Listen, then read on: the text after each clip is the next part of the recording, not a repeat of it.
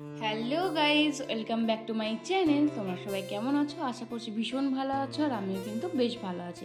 আজকে চলে এসেছি আর একটা নতুন ব্লগ নিয়ে। আর আজকের ব্লগটা প্রায় অনেক দিনই হয়ে গেল, যেদিনকে ডোডোর 3 মান্থ কমপ্লিট হলো সেদিনকার এটা ভিডিও আর কি। ওই জাস্ট একটুখানি ক্লিপটা তুলে রেখেছিলাম যে ফটোশ্যুটের আগে ডোডোবাবু কীরকম চুপচাপ শুয়ে আছে দেখো। আর ডোডোবাবুর ড্রেসটা দেখেছো, একদম মাথায় টুপি পরে পায়ে জুতো পরে, বিশাল ব্যাপার। তো যাই হোক, আর এই জুতোগুলো জানো তো আমি সানাকে দিয়েছিলাম সানার ভোজনের সময়। তো সানার তো এখন ছোট হয়ে গেছে, সেজন্য ডোডোবাবুর এখন মোটামুটি ঠিকঠাকই হচ্ছে। ছেলে আমাদের দিদির জামা পরেই কিন্তু অনেক বড় হয়েছে, বাবা জামা পরে বড় হয়েছে। এখন বেশ জামা ওর মা দিন রাত অনলাইনে দেখছে আর কিনছে। কত যে ওর জিনিস আসছে, যেমন মায়ের জিনিস আসছে তেমন ছেলের জিনিস আসছে। তো যাই হোক, চলো আমি ছবি টবি তুলে নিই। তো ওই দিনে ওইটুকুই ব্লগ করেছিলাম, আর কিছু করিনি, জাস্ট একটুখানি দেখাচ্ছিলাম আর কি তোমাদেরকে। আর একটা ডিজাইন করার চেষ্টা করছিলাম, সেই ডিজাইনটা যদিও করা মানে ছবিতে বুঝতে পারা যাচ্ছিল না। আর আমরা ডোডোবাবুকে হাসানোর জন্য আপ্রাণ চেষ্টা করছিলাম, কিন্তু ও অন্য সময় এত হাসে, সেদিনকে একটুও হাসেনি।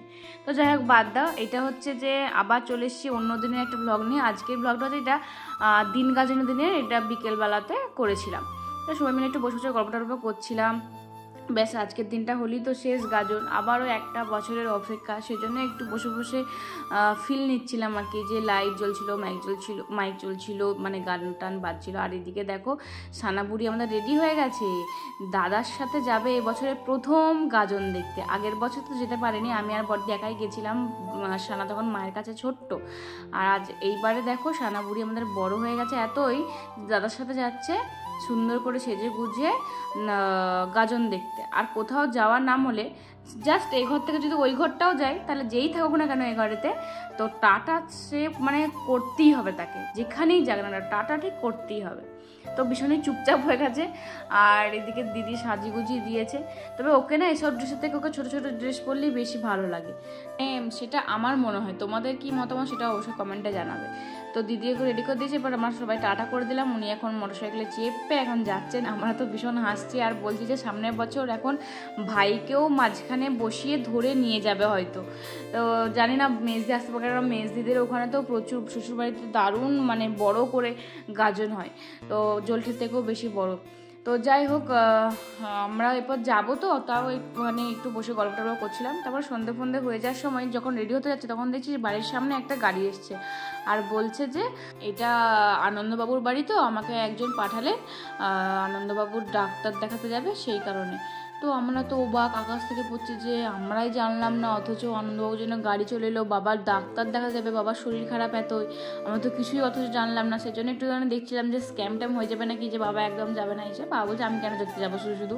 তো তারপরে অনেকক্ষণ এদিকে সেদিক করার পর মানে জানতে পারলাম যে এটা দাদাদের বাড়িতে এসে, দাদাদের ওই শাশুড়ি মা এসেছিলো, তার শরীর খারাপ ছিল বড্ড, তো সেখানেই ডাক্তার দেখাতে যাবে। কিন্তু কারোর বাড়ি তো চিনতো না, যেহেতু পাড়ার মধ্যেই আমার বাবার নামটা একটু তারই মধ্যে আছে, আর বাড়িটাও সবারই চেনা, যে সাদা রঙের বাড়িটা, ওই বাড়িটার সামনেই সবাই বলে আর কি, সেই কারণেই বলেছিল।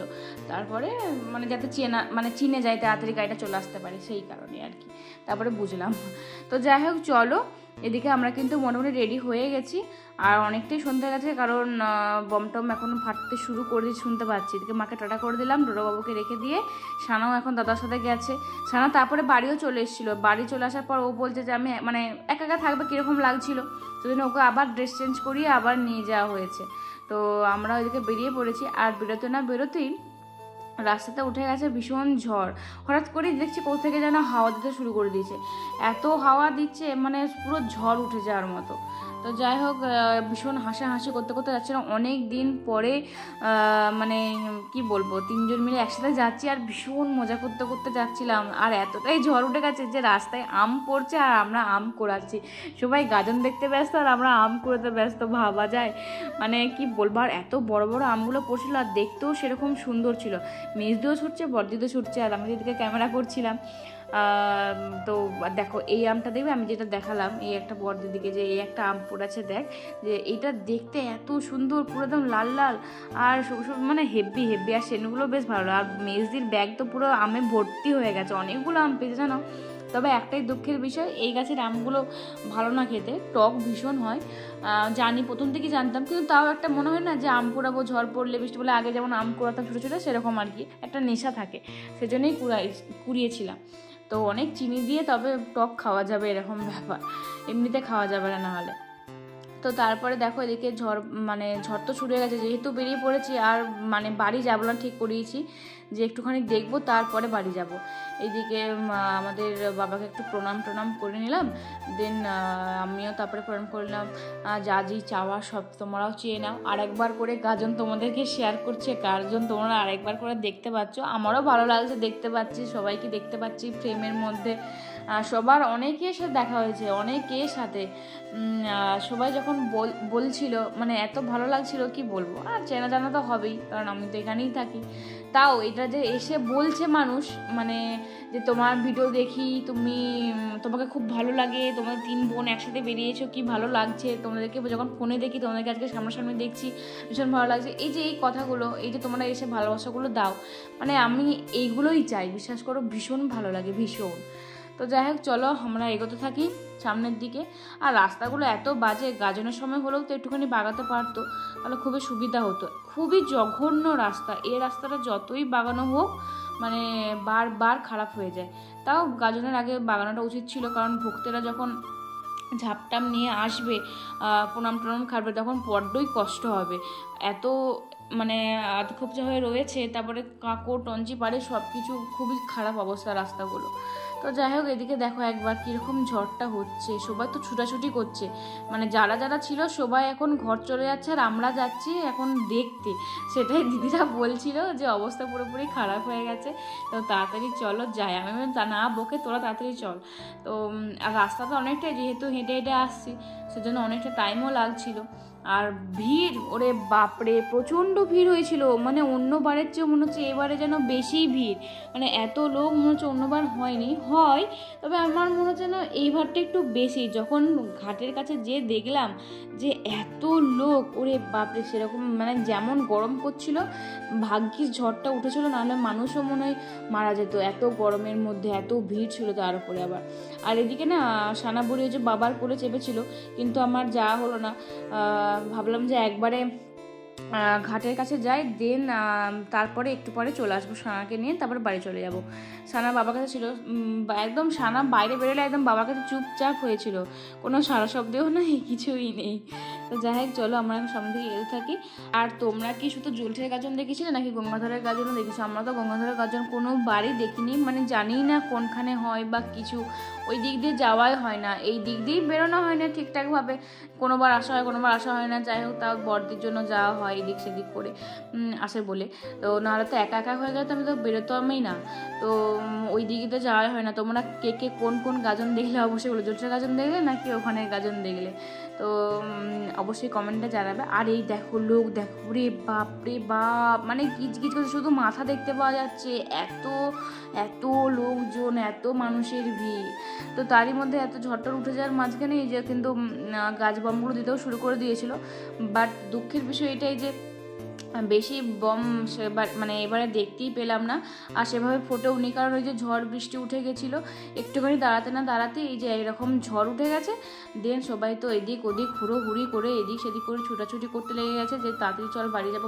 আমরা দাঁড়া এই জাস্ট এলাম, তো এখনই যদি বাড়ি চলে যায় তাহলে আর কি করে কি হবে। আর এদিকে দিদিদেরকে দেখতেই পাচ্ছিলাম না, তারপরে ওদেরকে বললাম তোরা সামনে দিকে একটু এগিয়ে আই না হয়। দিকে দেখো একবার কি অবস্থা, এরকম ঝড় উঠে গেছে, বম ফুটছে, সবাই এদিক ওদিক করছে, আর আমরা শুধু ভীষণ মজা নিচ্ছিলাম। আমাদের এত হাসি এত হাসি পাচ্ছিল, এত মজা হচ্ছিল, একটা নতুন রকম এক্সপিরিয়েন্স হলো। প্রতি বছরই হয় যে একটুখানি এরকম হয়, কিন্তু এত তাড়াতাড়ি এইভাবে এতটা হয় না। এবারে না ভীষণই হয়ে গেল ঝড় বৃষ্টিটা, সবারই এত মানুষজন কোথায় যে প্রবলেমে পড়ে গেছিলো আর কি। কিছু হলেও না সেরকমভাবে বম টম ফাটানো, শুধু টাকাগুলো নষ্ট হলো মনে হয়। আর এইদিকে দেখো আমি বাবার দোকানে ঢুকে পড়েছি, সবাই আর কি, দেন জানলা থেকে দেখছি যে ভক্তেরা সব প্রণাম টনাম খাচ্ছে, সব যাচ্ছে শিবের মন্দিরে, আর এদিকে সবাই ঝাপটাপো নিয়েও যাচ্ছে। কি কষ্ট বলো তো, একই তারা ডুব দিয়ে আসছে, আবার এরকম ভিজে ভিজে যাচ্ছে, কতটা শীত করবে, ঠান্ডাও লাগবে, তারপর এরকম কাদাও হয়ে গেল গায়ে, এখন আরও ফুকবে, কী সব জ্বালায় বাবা। তো যাই হোক, এদিকে সানা তো খুবই খুশি আমাদেরকে দেখতে পেয়ে, নাহলে এতক্ষণ চুপচাপই ছিল। আর বাবা ওকে একটা বেলুন কিনে দিয়েছে, ওইটাকে নিয়ে উনি এখন খেলাখেলি করছে। আর এদিকে তো ধুলো নোংরা, তো সেই জন্য বর্দি সব মুছে টুছে দিচ্ছে। আর এদিকে বাবার দোকান পুরো ভর্তি হয়ে গেছে, যেহেতু ভর্তি হয়েছে সেই জন্য বাবা আবার ওইদিকে গোডাউনটাও খুলে দিল, যাতে মানুষজন দাঁড়াতে পারে, সবাই ভিড়ে যাতে না যায়, যতটা পারে বাবা আর কি সব খুলেই দেয়। আর তোমার অনেকেই জানো না, এটা হচ্ছে আমার বাবার দোকান, একদম জলটের মোড়টাতেই, একদম যেটা একটু দেবে একটু ভাঙাচোরা হয়ে গেছে, ওই দোকানটাই আমার বাবা। তো এদিকে মামাকে দেখতে পেয়ে সানা তো ভীষণ খুশি। আমরা প্রথমে কেউ দেখতে পাইনি, সানা দেখছি অনেকক্ষণ ধরে মামা মামা করছে, আমার হচ্ছে মামাকে কোথায় পেলি রে। তো তারপর দেখছি ভাই এসে ওকে উকি মারছে, তো ও তো ভীষণ খুশি, মামা মামা করে এদিকে লাফাচ্ছে, দেখেছো লাফানোর শেষ নেই ওর। তো চলো এদিকে তারপরে বেরিয়ে পড়লাম, আর এটা আইসক্রিম কাকুর কাছ থেকে নিয়ে নিলাম। কাকু বললো কোনটা নেবে বল, আমি নিজে পছন্দ করে নিয়ে নিয়েছি। এদিকে মেজদিও নিয়ে নিয়েছে একটা। তো তারপরে মেজদিকে বললাম যে তুই সানাকে নিয়ে বাড়ি চলে যা, কারণ নাহলে আবার বৃষ্টি একটু তারই মধ্যে থেমেছে, তারই মধ্যে তো নাহলে আবারও নেমে যাবে। আর বড়দিদি তো বলছে যে এখনই যাবো না, তো ওদেরকে আগে নামিয়ে আসে, আমি ততক্ষণে দোকানগুলো ঘুরি, দোকান বসেছে দোকানগুলো দেখবো না একটু, সানার জন্য ডোডোর জন্য কিছু একটা কিনবো, এলাম যখন সেই কারণে। তো সেই জন্য আমরা এখন যাব। বড়দিদি আর বড়দিদি সানাকে এখন বাবার কাছে নামিয়ে দিয়ে আসতে যাচ্ছে। আমি বললাম তাড়াতাড়ি যা, আমি কিন্তু ওয়েট করে আছি, এখন কিন্তু বৃষ্টি নেমে গেলেই বাস সর্বনাশ হয়ে যাবে। তো সেই কারণেই ওরা গেল আর আমি এদিকে ওয়েট করছিলাম। তো চলো আমি ততক্ষণ আইসক্রিমটা খেতে থাকি, আর ওরা যাক, তারপরে আবার তোমাদের সাথে দেখা হচ্ছে। আর এদিকে দেখো আমি নতুন নতুন জুতোগুলো পরে এসেছি, সাদা রঙের, সে মেলাতে কিনেছিলাম, জুতোগুলো এত ভালো কি বলবো, ভাগ্যিস কিনেছিলাম। বড়দিকেও দিয়ে দিয়েছে, বড়দিও খুব খুশি হয়ে গেছে জুতোটা পেয়ে। তো কিন্তু কাদাতে পুরো জুতোটা নষ্ট হয়ে গেল আমার, তো বাড়ি যেয়ে আবার ধুয়ে নিতে হবে। এদিকে দেখো কি সুন্দর আমি এখানে বম ফাটা দেখছি, তারই মধ্যে জলটা যখন থেমেছিল, মানে বৃষ্টি যখন থেমেছিল তখন বম ফাটানোটা শুরু হয়েছিল। দেন বম ফাটাতে ফাটাতে আবারও যখন সেই ঝড় বৃষ্টি হয়ে গেল, আর সেরকমভাবে কিছুই হলো না সেরকমভাবে। এদিকে বড়দি তো দেখছি, বড়দি এই দোকানে একবার দেখছে, ওই দোকানে একবার দেখছে। ওই বড়দিদি সেই বাচ্চা পাড়ার যেগুলো আছে ওইগুলো কিনতে যাচ্ছিলো, ওগুলো কত 70 টাকা না কত টাকা 80 টাকা দাম বলছে, ওইটুকু জিনিসের দাম এত, কিছুই নেই। আবার এই দোকানে এসে দেখছে যে কিছু নেওয়া যায় নাকি, বা ওই জিনিসটাই আছে নাকি, এই দোকানে কত দাম। বড়দি দেখলো, এগুলো ভীষণ দেখে। তো বড়দি এই জিনিসটা দেখলো, এই জিনিসটা বাচ্চারা দেখবে প্রত্যেকের বাড়িতেই থাকে, দোলনাতে নয় ঝুলে নয় এমনি খেলে বাচ্চারা, থাকেই এটা।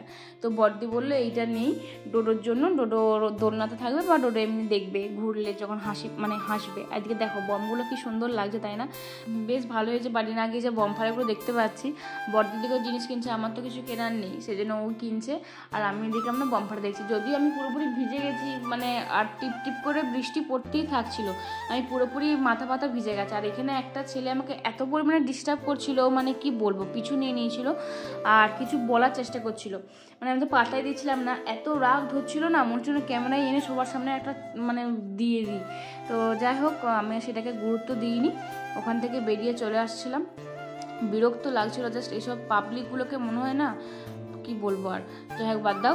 আর এদিকে বড়দি দেখো শুধু এইদিক আর ওদিক করছে, দুটো জিনিস কিনছে, শুধু এইদিক আর ওদিক করছে, মানে একটা জিনিস কিনতে যখন কত টাইম লাগে তার নেই ঠিক, এটা একবার দেখাও ওইটা একবার দেখাও, এটা নেই ওটা নেই, কোনটা ভালো বল, এইটা ভালো নাকি বল, এটা একটু কম হবে না ওটা একটু কম হবে না, মানে করেই যাচ্ছে, বিরক্ত লেগে যাচ্ছে। আমি তাড়াতাড়ি এবার বাড়ি চল, আর দেরি করলে হবে না, মানে বৃষ্টি নেমেই গেছে, এরপরে কিন্তু পুরোপুরি ভিজে যাব। তো এই যেটা মাছটা দেখলে ফিশের মতন, ওইটা সানার জন্য নিলাম। আর এদিকে যে টাকাটা দিয়েছে সেই টাকাটা ওই দোকানদারই দিয়েছিল, কিন্তু এই দোকানদার বলছে আমি যে ওই ছেঁড়া টাকাটা না কি একটা একটু দাগ ছিল হয়তো, বলছে নেবো না। তা বড়দি বললো যে ওই দোকানদারই দিয়েছে গো, নিয়ে আবার পাল্টাতে গেছিলো ওই দোকানদারের কাছে, দেন এসে আবার টাকাটা দিল। আর এদিকে বড়দিতে আবার জিলিপি, ওই তারপরে কাঠি ভাজা এই জিনিসগুলো কিনছিল, নিজের শ্বশুরবাড়ির জন্য কিনছিল আর আমাদের বাড়ির জন্য কিনছিল, কারণ বড়দিদির আজকে বাড়ি চলে যাওয়ার কথা ছিল, কিন্তু যেহেতু বৃষ্টিটা নেমে গেছে যেহেতু আজকে আর বাড়ি যাবে না, তো ভাগ্যিস বৃষ্টিটা একদিকে নেমেছে, খুব ভালো হয়েছে আমাদের জন্য। তো চলো আজকের মতন ভিডিও তাহলে এই পর্যন্ত, যদি ভালো থাকে অবশ্যই লাইক কমেন্ট শেয়ার করতে একদম ভুলবেন না। দেখা হচ্ছে পরের ব্লগে, খুব তাড়াতাড়ি ভালো থাকবে, সুস্থ থাকবে, বাই।